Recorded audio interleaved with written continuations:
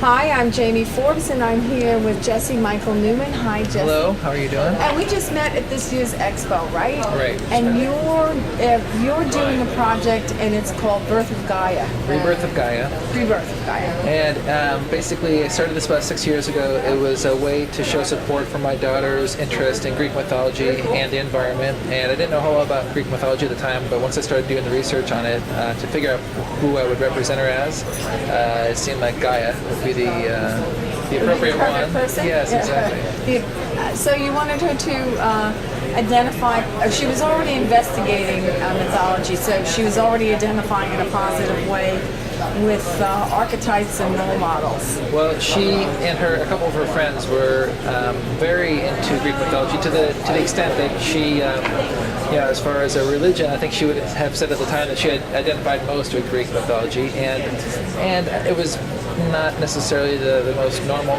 thing to be in 7th grade or whatever, however she was at the time. So, I wanted to show support for her, and I had been planning on doing a project for her, and it seemed like this would be a logical way to express my love for her, my support for her would be to create it, and it just took on a life of its own in the sense that I had anticipated this maybe taking a couple of months, and it was 6 years. Oh, you had mentioned that, and you used your family as models throughout the project. Exactly. So it started off with Emma, my daughter, as Gaia, and then, I started having more children, and I had to work them into it, and they kind of dovetailed perfectly. For example, my little boy, he's Eros, the god of love. And his name is? His name is Andres. Andreas? Yeah, and Emma is throughout, not just in the main image coming up, but she's also, she becomes the hills, she's a waterfall where her hair becomes the water. That's interesting. And then I had another little girl, Soledad, and she represents innocence and humanity. And also she's the muse named Terpsichore, which is the muse of dance, because she loves to dance. She's 2. And she is actually in an embryo. Here, I want to see this, but this is my youngest daughter. Yes, yes. And she's in the thought and the mind of your wife. Right. And your wife's name is? My wife's name is Fabiola. Fabiola. And she represents chaos. Yes. And for those of you unfamiliar with Greek mythology, it's not like a chaotic state, but it's like an absence or a gaping void. So, yeah. You read it as a gaping void, and I learned it as ex nihilios, the void of nothingness. Yeah, I've heard it read a couple different ways, and I listened to a college course by Professor Elizabeth Vandiver, and one of the things that she mentioned was that there are a few different records of these mythologies, the most famous being Hesiod's Theogony, but there are other ones that they contradict each other, and so I kind of felt comfortable if one of them, for example, mentioned it as a gaping void one. There's times where, for example, where Zeus in one of them is described as being in a tree, right where night meets day. And another one, he's in a cave. And so I kind of would, it depended on, I felt comfortable going from either one because one of them survived and ended up being more widely known. It didn't mean it was necessarily more legit. Other were people who, believed the other one as well. So there was a couple times like that that I would kind of decide which one based on what kind of fit. And you told your story. How big is your mural, your Gaia mural? Well, this one here, it's 4 foot by 12 feet, but it can actually be printed much bigger because it's the highest resolution that is available at this point, as far as technologically. And what resolution did you use? It's 30,000 pixels across. It has. But you compose you have a thematic, like you're telling a story, writing a music lyric, or whether you're writing a play, whatever it is, it's a visual story you're telling. Right, and the thing that I discovered once I first started learning about mythology was that there were so many vivid stories within it that my mind was on fire with these ideas. The story of Daphne turning into a tree. I had the idea of, for example, Gaia. In the very beginning, she's in love with Uranos, and so I represent him as the moon, and she's kind of holding on to the moon. And it was just such a visual mythology and such great stories that it was very inspiring. And one of the hardest parts as an artist is to come up with the ideas, and there was already a very good platform and a foundation from which I could work. That's it. Well, then you drew the composite, but you drew a storyboard, which, if you understand mythology, some of the statements are well known, but some of the statements are uniquely yours. You put in, you tied your own meaning on to it in some way. Yeah, there's several examples of that. For example, I would say it kind of weaves these ancient narratives with personal experience.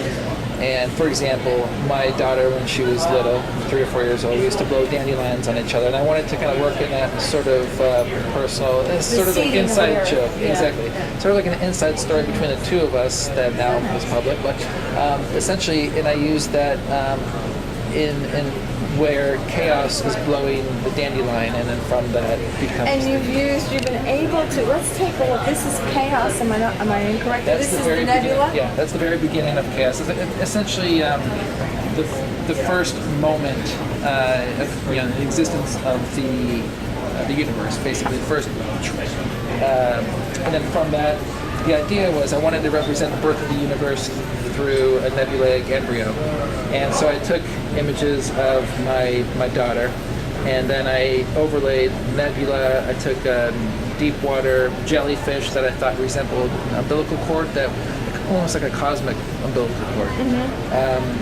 And kind of had this floating in space. And then let's see, and from here.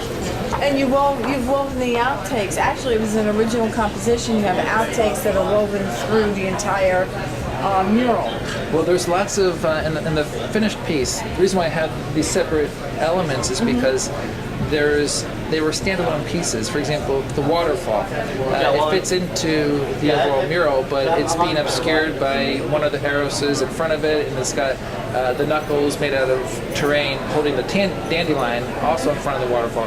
And I thought I thought a lot of these would lend themselves to being independent pieces, standalone pieces. And so in the case of the waterfall, it wasn't as simple as removing the layers on top of it and just saying the waterfall is done. What happened? Well, that was my original intention. Yes. What happened though is once I removed arrows, and I'm not sure if you can kind of show some of what I'm talking about. We will. We'll go back and tape it and show it. Okay, because when I removed arrows and the hand holding the dandelion, it has the waterfall, but behind the waterfall are these volcanoes that it's not a very peaceful juxtaposition between she's flowing the meditation and she goes. So I realized. I noticed that actually. I did notice that. I realized very the volcanic activity behind the. Right. So that you can see it right there.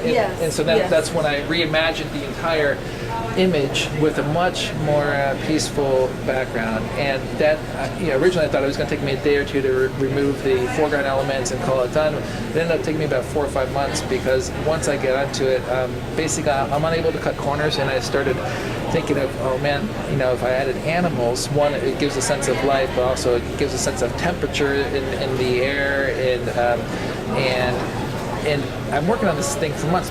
In terms of the personal stories, my daughter at this point had her first boyfriend, so things that I'm thinking about, I challenged myself to try to figure out what Gaia was thinking about, what she was meditating. So you become part of the process that you're creating. Exactly. Your life merges with this. Exactly. It has that layered imagery. And just so it's understood, you have an expertise in After Effects, Adobe After Effects, and you have a background in this for film? Yeah, my background is special effects for movies and commercials, and I use Adobe After Effects and Autodesk Flame and some other programs.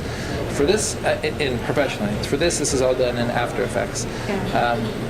So in the case of the waterfall, though, I'm sitting there for months on end, either in silence or with my headphones. It gives me a lot of time to think. And one of my challenges to myself in this case was, what is Gaia contemplating as she's meditating? And what I was thinking a lot about was the parent-child relationship, because it was changing as my daughter was having her first boyfriend. So if you look in the waterfall, for example, all the animals, it's one parent and one child that kind of are all over the landscape. And then in the far background are groups of animals, but as it moves forward, you see 2 sets of parents and a child, and then one, either a father or mother, walking the child to the tree in the foreground. Now, I did sense that, yeah. So the idea was that that sort of relationship is her thoughts are being manifested in the environment around her. And then once they get to the main tree in the foreground, the children are sort of let go or dropped off.